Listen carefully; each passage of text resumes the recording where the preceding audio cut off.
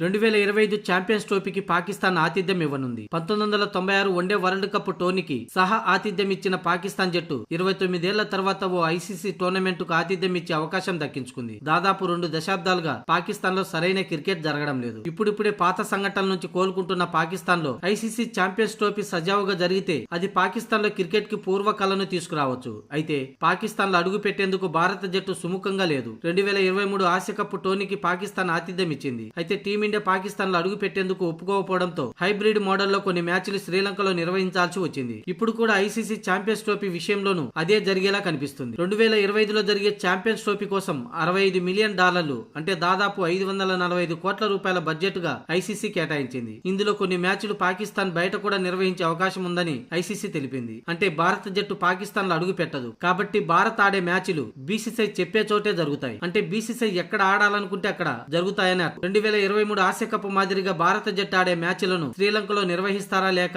యూఏఈలో పెడతారా అనేది త్వరలో తేలనుంది. మ్యాచ్ల నిర్వహణ కోసం $35 మిలియన్ కేటాయించిన ఐసీసీ ప్రైజ్ మనీతో పాటు పాల్గొనే జట్లకు ఇచ్చేందుకు $20 మిలియన్ కేటాయించింది.